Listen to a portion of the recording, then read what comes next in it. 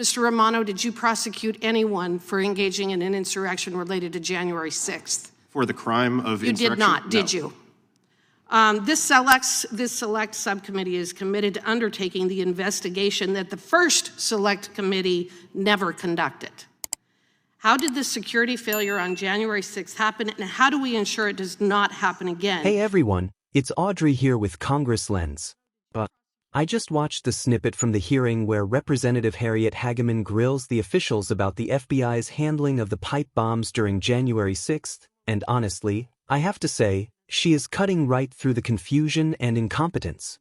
What really stands out to me is how calmly but firmly she exposes the failure of the FBI to even interview the eyewitness who found the bomb, Carlin Younger, and how she highlights the larger lapses that contributed to the Capitol breach. You can tell she's not here to play politics, she's here for facts and accountability. If you care about truth and real oversight in government, make sure you hit that like button, subscribe to Congress Lens, and turn on notifications so you never miss a deep dive like this. Trust me, you don't want to miss my full reaction once we go through the whole hearing. Thank you, Mr. Chairman. Mr. Romano, did you prosecute anyone related to January 6th for engaging in an insurrection? No, Congresswoman. I didn't think so. So Mr. Raskin's statement that someone was a convicted insurrectionist is actually inaccurate. Isn't that correct? I wouldn't say it's inaccurate. Well, a convicted insurrectionist. She wasn't a convicted insurrectionist, was she? Would the gentlelady yield? No, I will not. Mr. Romano. Do you accept seditious conspiracy as insurrection? Mr. Romano, I will reclaim my time. Mr. Romano, did you prosecute anyone for engaging in an insurrection related to January 6th? For the crime of insurrection? You did not, did you? This select subcommittee is committed to undertaking the investigation that the first select committee never conducted. How did this security failure on January 6th happen, and how do we ensure it does not happen again? Since the pipe bomb split the USCP posture and thereby facilitated the breach of the Capitol, we must begin with this issue. My first question is, why did a new team under Director Patel in just 2 months do what the FBI failed to do over 4 years with the exact same evidence? The answer appears to be a failure from the very start of the FBI's response. As a subcommittee of the Judiciary Committee that oversees the DOJ and FBI, it necessitates that we begin right here. According to what we have been led to believe, the pipe bombs were placed outside the RNC and DNC on the evening of January 5th. They allegedly sat there undetected for 17 hours before the device behind the RNC was discovered at approximately 12:38 p.m., with the device at the DNC immediately discovered thereafter at 1:05 p.m. The pipe bomb outside the RNC was discovered by Carlin Younger, who lived near the RNC and discovered the pipe bomb in the unmarked alley between the Capitol Hill Club and RNC while doing her laundry. She alerted the RNC security, who had then alerted the authorities. Oddly enough, no one from the FBI contacted Ms. Younger. 2 days later, on January 8th, Ms. Younger had to proactively contact the FBI through an online tip to identify herself as the person who discovered the pipe bomb and to offer her assistance with the case because she had not yet been contacted by the FBI. Ms. Nance, or Mr. Nance, would you agree that it would be standard operating procedure and good investigative practice to interview all of the eyewitnesses? Yeah, absolutely. That would be standard practice to make sure that you cast a broad enough net so that you're interviewing any witness that could possibly provide information with regard to the progress of the investigation. Well, can you think of any reason as to why the FBI did not seek to immediately speak to the person who actually found the bomb? Well, no, that's a problem. That's a question that needs to be answered. And, you know, does it go to lack of resources? I mean, that's still very, very early.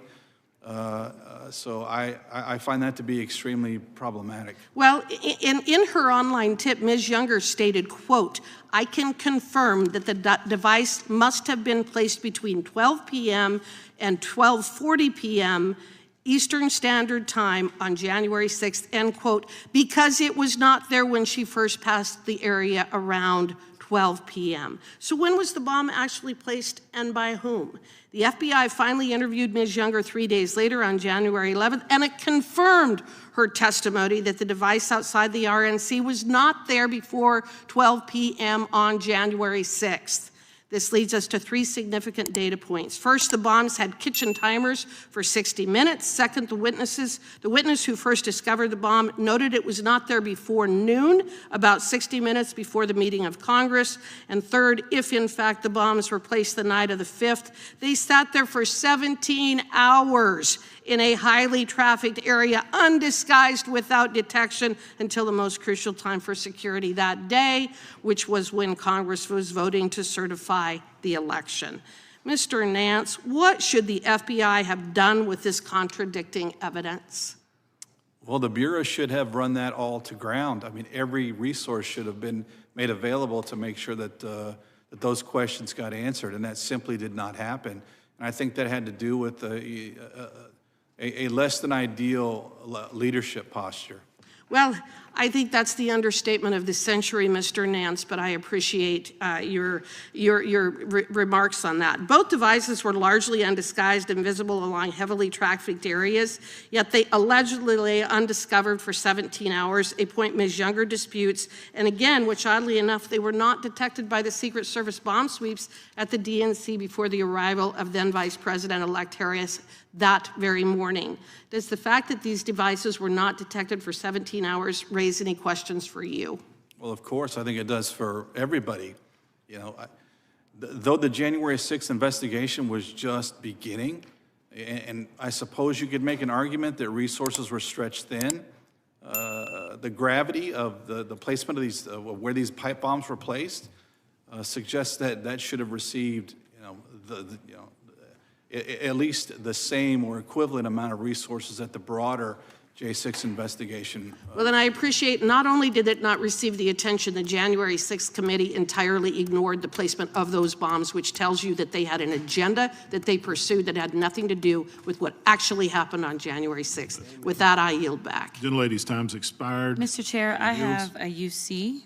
The gentleman, gentlelady from Texas, Ms. Crockett, is now recognized. Thank you so much. This is from the New York Times. Okay, now that we've seen the full hearing, I've got a lot to say.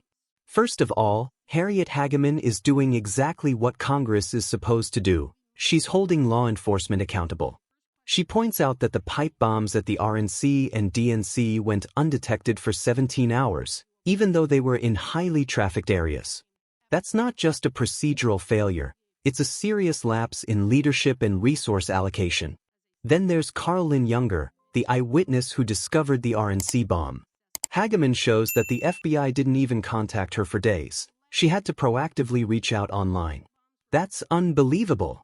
If you're investigating something this critical, interviewing eyewitnesses is basic investigative work, and the FBI dropped the ball.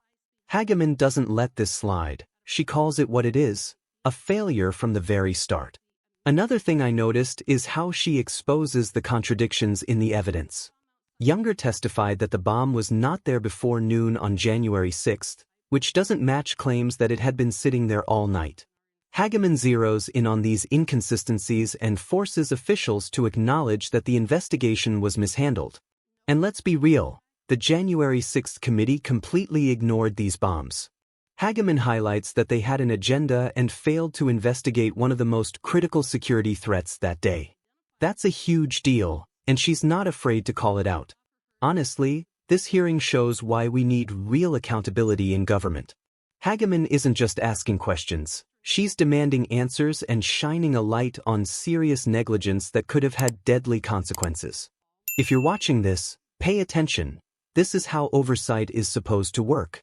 Hageman is calm, precise, and relentless in exposing failures that others would rather sweep under the rug. So my takeaway? Representative Harriet Hageman deserves credit for being bold, factual, and relentless. The people of this country should see this level of accountability more often. And of course, if you want more deep dives into congressional hearings, investigations, and the truth behind the headlines, don't forget to subscribe to Congress Lens and hit that notification bell. We're just getting started.